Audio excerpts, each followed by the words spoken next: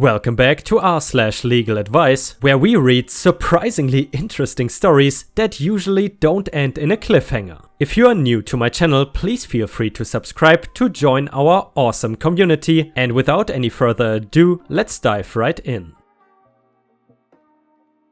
And the first one is titled, "My old roommate texted me today that because I got out of the lease on our apartment, military orders, that they are trying to charge us $450. He got out of his lease as well on my orders, stating he could not afford the apartment without me. But it sounds fishy. He said he had a talk with the sales director of the complex, Norfolk VA, and he told him that we, or he, owed $450 for breaking the lease.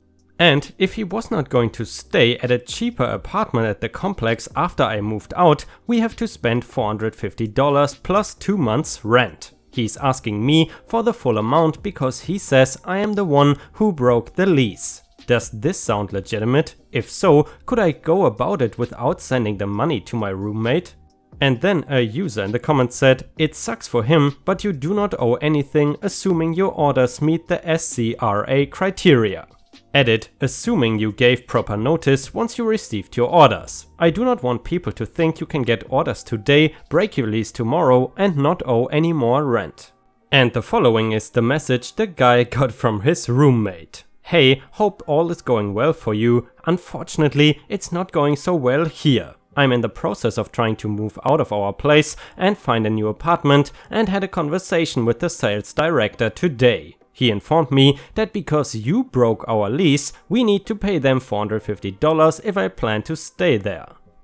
$450 plus 2 months rent if I move somewhere else. I'm staying at the Myrtles obviously, and I need you to send me $450 immediately. Otherwise they will take you to small claims court/civil court to get the money. Please send it ASAP so I can continue with the moving process." Alright, I'm gonna call them tomorrow and I see what's going on. Why does the amount of money hinge on whether you stay or not? I've been gone almost 2 weeks, why are they just now telling you? And if I owe them money for breaking the lease, why didn't they get in contact with me? And guys, I'm curious, what would you do in this situation? Would you trust your old roommate and give him the money? Let us know in the comments. And the next one is an update to the weird roommate story. "I told him I would call the complex in the morning and see what's up. I told him it was odd that they would contact him and not me for any fines that I owe. He gave me this long spiel about how he found out about the charge when he was trying to switch apartments, and how because I broke the lease I should be responsible and do the right thing, that he was waiting for the money. I ignored him and called the apartment complex in the morning and told them who I was and how I got out of the lease, and asked if there were any bills or anything I still owed them. They looked me up and said the only thing I owed was the last month's utilities, which they would pay out of pocket and then bill me for at the end of July. I sent a text to my ex-roommate yesterday that because of the ST0LE I was not fined anything. I got out on orders and all I needed to pay was last month's utilities. I asked him what the hell he was talking about a $450 fine, and he did not respond. I called him and it rang once and went to voicemail. At that point I got the message loud and clear and blocked him. What I think happened is they were trying to charge him for not having military orders, and he tried to lump me in with him. And guys, if you have watched until here, please don't forget to post some star emojis in the comments, and maybe also like the video if you want to support me. Thank you so much in advance. If we could reach 1000 likes, that would be absolutely amazing. And the next one is titled, "Mom has credit in my name. Everything is paid off except for one thing. I got some mail from a creditor saying I owed some $400, and I was like, okay, I just got my first line of credit literally 2 days ago. A few weeks ago I remembered seeing a credit card for the store that was mentioned on the credit. Something possessed me to go to the store website and sign in with my mom's normal login info. It worked, everything is in my name, she does not have any statements from them on her email, so I cannot see anything else, but all the account info has my name and her contact info. I cannot get the account number without a statement as far as I can tell, so I cannot see what exactly is happening. She handled all my credit stuff since I was 18 and I am 21. When I finally got her to pull my credit history, I had all this stuff on there and she said it was identity theft but never reported it. Said it was easier to just pay it off, even though there was stuff from when I was like 12 years old on there. Also, I see some old paid off debts on Credit Karma that are from stores she also has credit cards for. I remember being confused when I was younger when packages and mail for her that came in my name and I would open them thinking they were for me and she would be enraged. I never connected the dots before. What do? I'm scared. I am a broke college student living at home. I don't think my dad knows she's doing this. He had his identity stolen and it was horrible for him. Even though he used to physically abuse me when he was mad, he also always had my back when mom does weird things. Should I tell him? Should I email an accountant at my church who worked for years in fraud for advice as we are close? What do? Edit, found another account in debt in my name, have proof, will be packing bags and dropping them at my boyfriend's place in case I have to leave after the inevitable confrontation. By the way, I guess BFF means best friend and not boyfriend, but I'm not sure. Whatever. Edit, will be telling my dad, my amazing boss and several close friends are now aware and I have an amazing support system outside of family in general. Depending on dad's reaction, because there's a possibility he knows but I doubt it, I'm preparing to remove my animals from the house and place them at my work temporarily animal care facility. This will take place in a few days. I have seen my mom mad before. She has gotten people fired, contracts cancelled, even almost got my dad fired at one point. I will be prepared for the worst. And a user in the comments suggested, your mom stole your identity years ago. You have a stark choice, report her to the police, understanding that she might go to jail for the crimes she committed. Or, do not report her to the police, knowing full well that she will continue to use your identity until you report her to the police. I do not know how your relationship with your mother and family are, but what I can tell you is that someone who started stealing from you years ago will not stop stealing just because you give them a stern talking to. If you do not want to go to the police, tell your father, your accountant that you trust, etc. But please understand that your mother already destroyed your credit, making it much more expensive for you to buy a car or a house, and that is if you even qualify for a loan given your messy situation. And you will not be able to get your credit fixed without turning your mother into the police. So guys, I'm curious, what would you do in this situation? Would you turn your own mother in? Let us know in the comments. And the next one is an update to the crazy mom story. I found more accounts, thousands of dollars of debt. It was so easy for me to find when I bothered to look for it, to take matters into my own hands. So many things, and it is now painfully obvious that it was my mom for years and years. I am an idiot. Warning to anyone reading this, never trust someone else not to screw you over. Always keep a tight handle on your things. I intend to move out, leave a file for my dad with all evidence I find after I talk to him about it, as well as keep copies for myself. My fraud accountant friend is close to a good lawyer that does stuff for people like me pro bono. I have their contact info. My boss gave me keys to her house and the keys to a guest camper in case I need a place to crash. Her sister did this to her a few years ago and she's still suffering. 3 different people have offered me a place, very glad to have amazing friends and a boss. I'm going to burn this mess and salt the earth so nothing ever grows here again, figuratively speaking. And guys, interestingly enough, the author of this story made a couple of other posts in different subreddits, but all in all it seems that his mother basically got away with it and she did not go to jail. So in the end OP did not even go to court or anything. However, as another little update, I will read from a thread that I found, which was posted a few months after the original post. So, as we may remember, my mom stole my identity and racked up thousands of dollars of debt. It literally broke my heart, and enlightened me to her abuse. Some of the abuse I thought was just her being weird. Nah, that shit was abuse too. Anyhow, I just found out that she never paid my hospital bills from when I developed kidney stones after working an extremely active job with the crappiest managers possible. Bathroom breaks were once a day and timed, no water or lunch break, no rest breaks. 10 to 12 hour shifts of physical activity, a lot of it beneath the hot Texas sun. She supported the job and gave me crap when I quit. The stones were so large and jagged, she waited so long to take me because I did not know I could take myself, you know, that according to the surgeon fellow, the pain from the internal damage it did would likely be worse than the pain from my, very simple, no cuts, surgery. I was kept in the hospital for 3 days because the kidney infection was so bad and my recovery was so rough that he thought something else might be wrong. Side note, she could not get over the fact that the first man to touch my lady bits was a doctor. It was this weird mix of pride and shaming me. Anyhow, the account apparently went to a collection agency who is, of course, trying to collect. It's like every time I get my feet under me, they get kicked back out.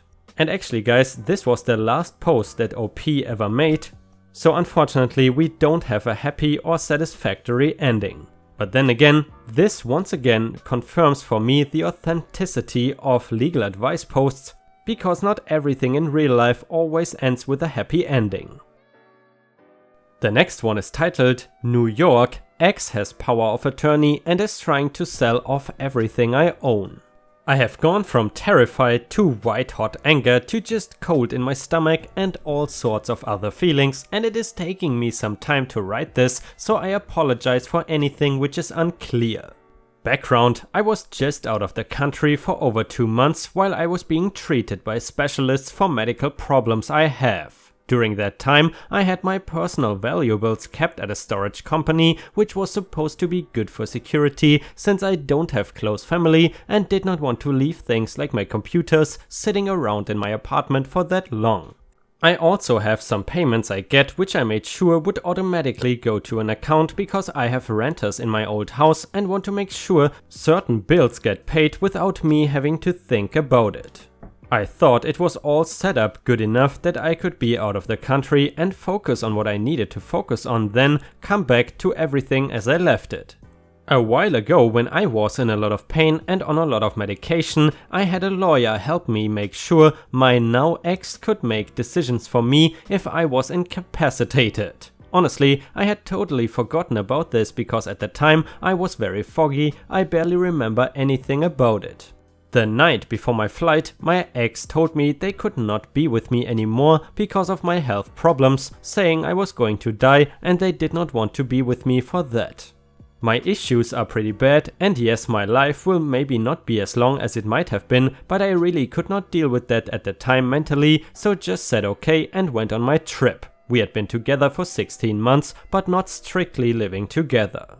And now I came back to learn somehow my ex has started taking and maybe selling everything. They have paperwork saying I was incapacitated plus the power of attorney I granted them. I was not incapacitated at any time during my treatment. I don't know what doctor could have signed such a thing. During the time I was gone, my ex has used this to check my belongings out of storage and I have no idea where my things are. I am worried it has all been sold. Stuff has also been taken out of my apartment.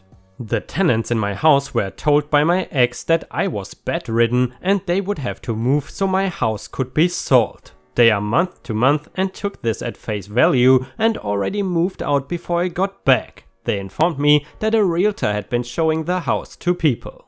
I managed to get in touch with the realtor, and when I got him to understand the situation, he freaked out. There's already a buyer because my house was listed very far under market value, stuff was already signed and some money has already been paid. The buyers are already getting ready to move in. I told him to cancel everything and that this was not authorized in any way. He said the paperwork my ex had was legit and he needs to figure out how to handle this. I am waiting for more details. The account I set up before I left is cleaned out down to pennies and I missed an important payment because of this. The bank says yes, my ex accessed my account and everything was in order because I was incapacitated. My ex knew I was setting this account up and what it was for. They probably got details about it from my apartment. I have talked to my ex and the police.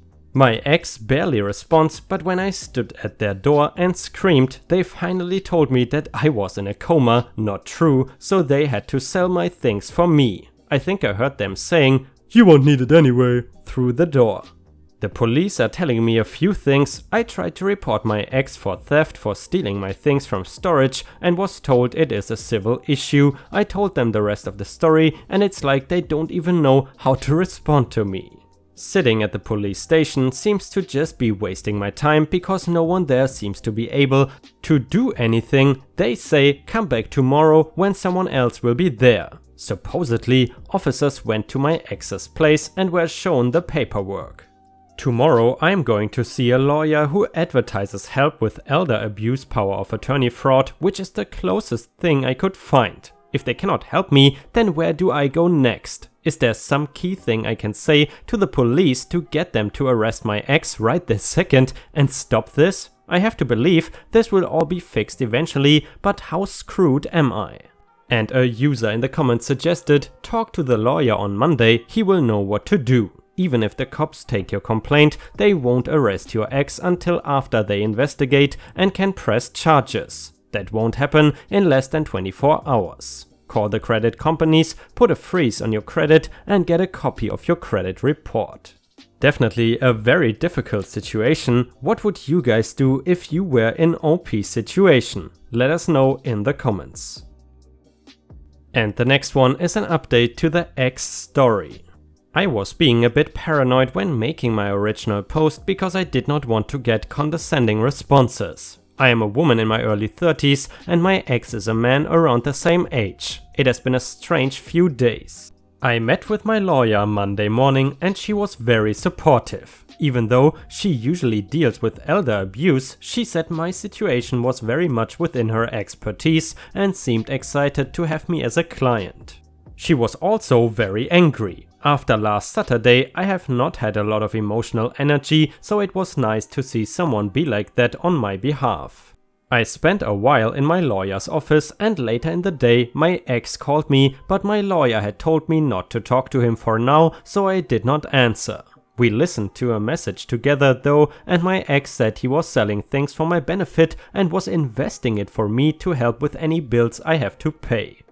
My ex also said they were interested in getting back together since I came back safely from my trip. My lawyer laughed and it was a very surreal moment. After just a day, my lawyer found out that my ex had done something like this before. He had been with a person who was very sick for a while and then took off with the contents of a joint account and their car right before they died.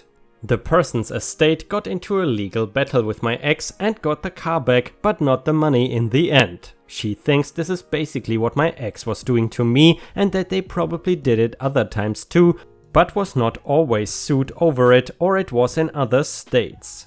The whole relationship we had was just fake, I guess, and he misread the situation when I was leaving to go see specialists, thinking I was probably not coming back. That also explains why he never had a job if he just makes money off people like me.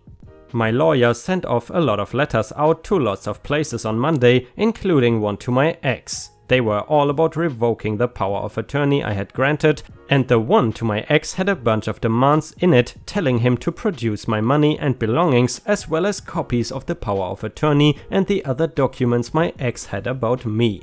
She spoke with the realtor and some other people about my house, and the unfortunate reality is I should probably let the sale happen and take the money. That is not really what I wanted to hear, but it is not the end of the world. She also had me get someone to change the locks on my apartment. Wednesday was a weird day because my ex showed up at my lawyer's office with some of my stuff. I was not there, so I don't know exactly what that was like, but I do have my computer back. My ex also produced the access codes for online investments made with my money, which seems to have pissed off my lawyer because it is going to be a headache making sure I get all my money back. She has dealt with this before and is going to help me recover as much of it as possible. She also says we will almost definitely be going after my ex for money because there are a lot of problems with what he did and the power of attorney itself is very suspect, but she needs to talk to the hospital and some other people first. My lawyer says it's a big deal that the paperwork my ex was using to say I was incapacitated is from when I was hospitalized around the time the power of attorney actually happened. To sum it all up, now I have my computers back, but my money is in online investments and it may be difficult to get the full value back. It is also likely that the rest of the money from the sale of my house is coming directly to me. My lawyer is super awesome and she's spending a lot of time devoted to this for me, which feels really good. I just saw my local doctor and he does not like that I'm under so much stress right after I came home, so I'm going to try and relax. And guys, since this was not really a satisfactory ending, I actually contacted the OP and yes, he replied. He said that there was a long legal battle in court, but in the end, the decision was that the ex has to pay back OP. Then again, since OP mentioned that the ex is basically broke, it will take some time to get all the money back. And the next one is titled, Someone I let couch surf does not want to leave now. I am in a huge jam right now. For context, one of my followers on Tumblr was a 18-year-old lesbian that got allegedly thrown out of her parents' home over her orientation and needed a place to crash while she got her life together. I will call her Alicia. Like an idiot, I offered for Alicia to couch surf in my home for some time while she took care of her business. The very next day, she booked a plane ticket and traveled from Washington to New Jersey, where I live. Right off the bat, I felt there was something off about Alicia, but I shrugged it off because I wanted to help. For about a week, all went well, and she seemed to be looking for a job, schooling, and a place to live. I let her sleep on my couch. After that, she stopped going out and began to just post shit on her Tumblr and play video games on my consoles. I tried to get Alicia back to job hunting, but she began to refuse. She began to mooch food off me and borrowing money, as in just taking my cash and using my credit cards to buy stuff like video games and cosplay items. Despite speaking to the cops and to the bank, I cannot report it as theft because there's no evidence that I did not make those purchases. On top of this, she threatened to hit me during an argument involving me wanting her to stop her behavior. I spoke to a police officer after this incident, which she refused to exit the premises to give her side of the story. And he told me there was not much I could do except go to court and get her evicted because she was my tenant. She has not signed any rental agreements, she has not paid rent, she has not paid for any bills, there's no evidence she has ever been a resident of my home. Can I just throw her out? I'm tempted to just put her stuff outside and wipe my hands off her. If that is not possible, what is the eviction process, how long will it take, and will it guarantee that she leaves my home permanently? And a user in the comments said, that is her home, you let her live there, you cannot illegally evict her, that is illegal. You need to give her proper notice to vacate, then legally evict her through court. And guys, I'm curious, how would you evict that person? Let us know how you would deal with this situation in the comments. And the next one is an update to the couch surfing story. By the way guys, have you ever done couch surfing before? Personally, I've heard many good things about it, but I've never done it myself.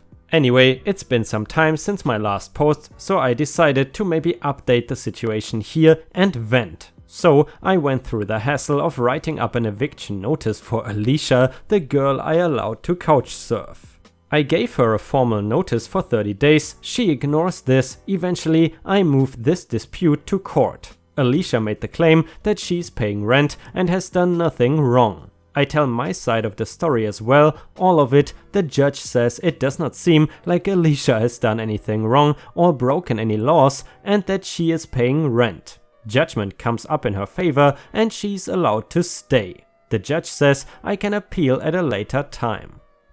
Yep, Alicia is still living with me, she knows I loathe her, she does not care.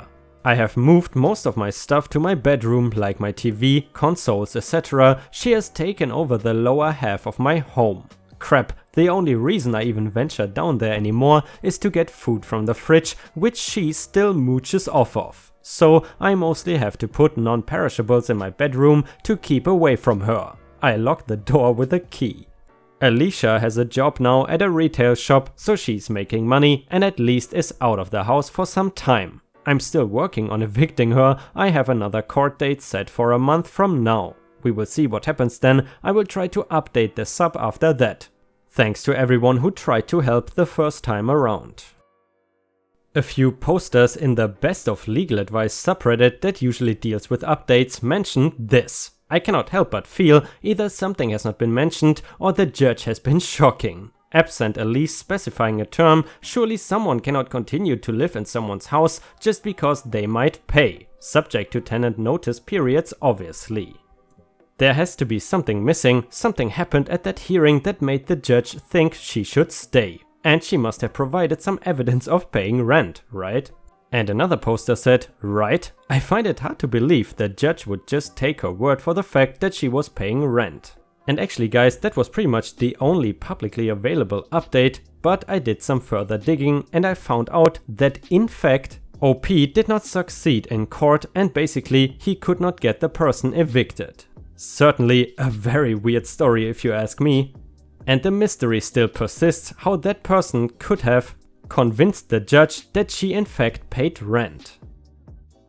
And with that, we have reached the end of the video. I hope you enjoyed today's content, and if you did, please don't forget to subscribe to the channel to join our amazing community. Furthermore, don't forget to go to r/ripe stories on Reddit to post your own stories if you want me to read them out in a video. I hope you have a fantastic day, and I see you again tomorrow.